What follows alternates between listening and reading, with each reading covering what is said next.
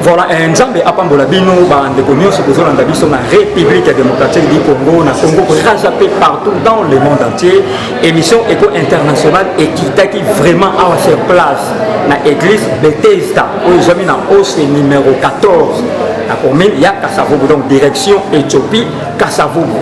Émission Éco Internationale ils allaient présentée par le pasteur Flamme d'Angola to kitaki awa yokaki éco de to yé to moni.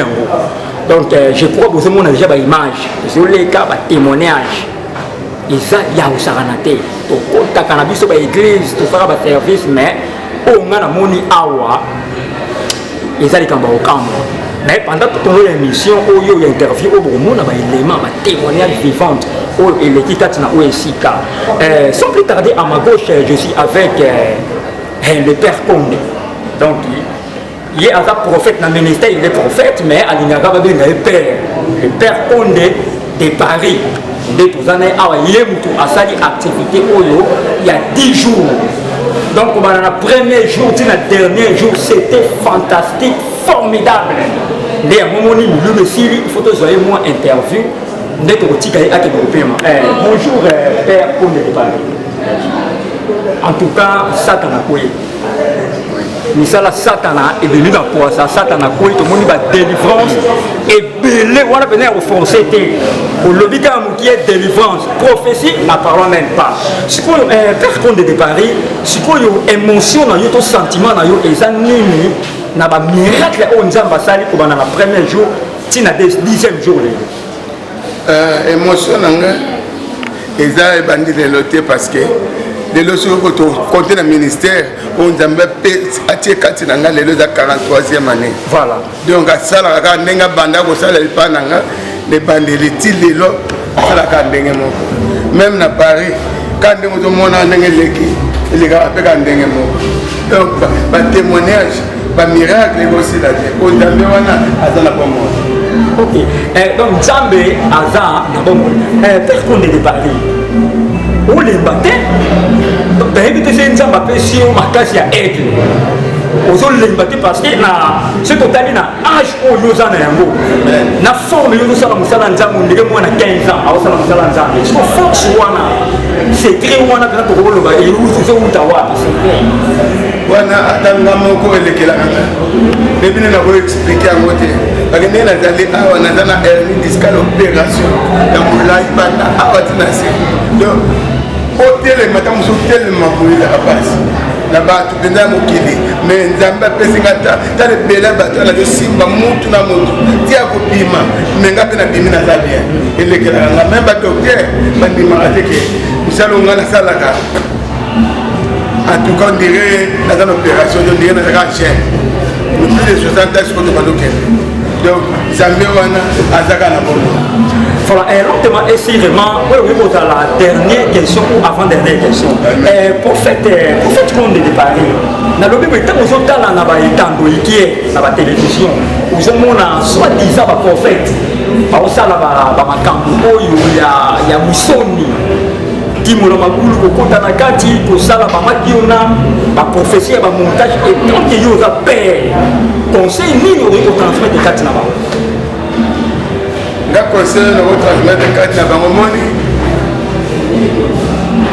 moto na Nzambe surtout bato na Nzambe to limana kati voilà tout le monde mutu nyonso mimona kaka yenda za likolo ok mutaza likolo za Nzambe amen tout biso to kile na ba 44 année ya misala na Nzambe ba to mikitisa ozomona alors bango bali oyo ka conseil voilà balingi kaka conseil ya mamumu na bango ba éviter que musala moto to kusala la mona na kati mais comme on a aucun tout ça alors il est très dangereux surtout le temps la bien dans ça ya wana ba ndeko nyonso ko temps na mape na mapunga ba professeur le kuta ba makion en tout cas otunga ko olandela moto a tele mini boso na bino azoloba ba webisa bino o ya lobaka même mutazo kenela kufa autanga pe mo la pe likambo isalami ezaka tellement que no asali ko miracle ko te ba prophétie ezali mutu na nzambe bayebaka ainsi dit l'Éternel avec précision. Donc ndenge nazali awa nga soki nzambe utilize nga te nakosala mpe 3 dimanche napesaka prophétie mais soki ebimu keba alors bazala lolenge wana prophétie te mute kosala bango ele kosala bango komikilisa humilité parce que bible l'humilité précède la gloire ele kosala bango bamikilisa basimba nde nzambe makasi oza biso te mute prophétisaka eza nzambe aza na kati na biso siko bango bazoprofétise eza bango nga na lobi alobaka na kati mpe amikilisa bakomonaka nzambe voilà, quel est le Seigneur où ils ont la 4 points à monde. Si on a un problème, au Kenya, va sembler la bonne solution. Au Kenya, va piriger, va faire n'importe quoi aux solutions. Mais on a pas le pasteur frappe dans le colonne pour rassurer yo solution. Et ça, quand on a combo à Yesu, mais yaka, et pas il y a un instrument où nous avons utilisé puissamment. Il y a tout le monde dans le Congo, pourquoi pas dans le monde entier? Yaka, et pas il y a prophète qu'on est de Paris. Et ça, vous décidez au Congo, et ça, la commune, il y a Kassafou, na balabala, au souhait numéro 14, la direction Éthiopie et Gambela. Et puis, il y a numéro, il y a prophète qu'on est numéro contact, ils ont déjà affiché dans la poste et les viseurs de la ville. Donc, direction Éthiopie, Kassafou. Voilà, donc, l'autre ici, vraiment, prophète qu'on est phototique à l'autre. Dans le message nini oyo yoko transmettre pour na mboka. Message nini oza na pour na mboka. Message la ko transmettre pour na mboka parce que oyo nyonso bazana mitu ya mboko. Voilà. Ba yebi oyo a telemi liboso. Ko bana ba président tina na se ba yebi. Ba ministre ba gouverneur ba yebi. Papa Kondo a telemi liboso. Et non on lo ba kaka bo. Il faut pas m'inquiéter. Pour nzambe atombola bango baluka basala nzambe ya solo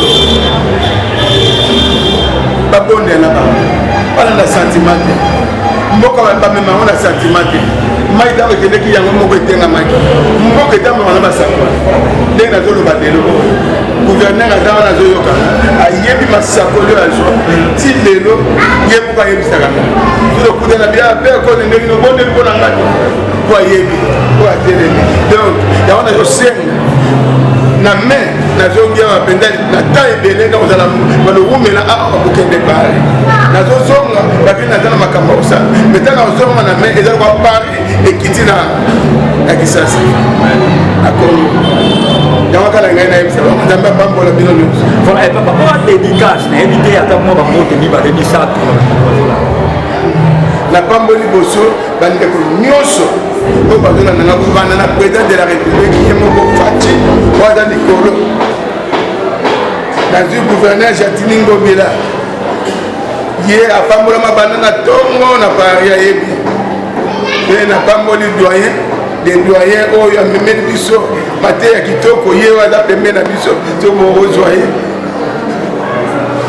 doyen de doyen ye tozala ngai so nazali toza na doyen me nayebi ke ya bidele tozosala tozobimisa sikoyo beteza na balabala tozalaki na bakati ya ndako me nazoya na mai tozobimisa ngo na balabala baseminaire ya minene kosalama mpo na mboka oyo ya kongo nzambe apambola bino lisusu.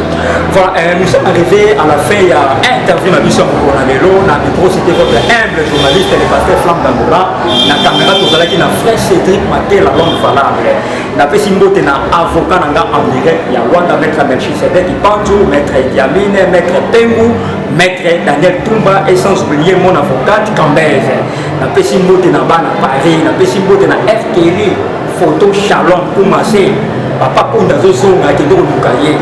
Nous sommes là kuna bande ko nyonso ba fanatique nyonso pasteur Flamme d'Angola pour la Paris boke de boluka père onde et puis bénédiction et uzala kati na bino na pesimbote na mon père spirituel apôtre Idi Amin et Nzoto Kongo Charles Dieu na pesimbote na mon grand frère héritier Kasongo mon kondi ya mon frère na pesimbote na beau frère na François Mansukidi na pesimbanga nyonso ya Bethesda voilà nous ya Bethesda bah coup de chapeau nzambe apambola bino vraiment vision oyo 5 sur 5 donc nous sommes ça ka diba non moko napesi mbote na pasteur tetenda ya évangéliste international Ange Mwamba na Paris. Ciao.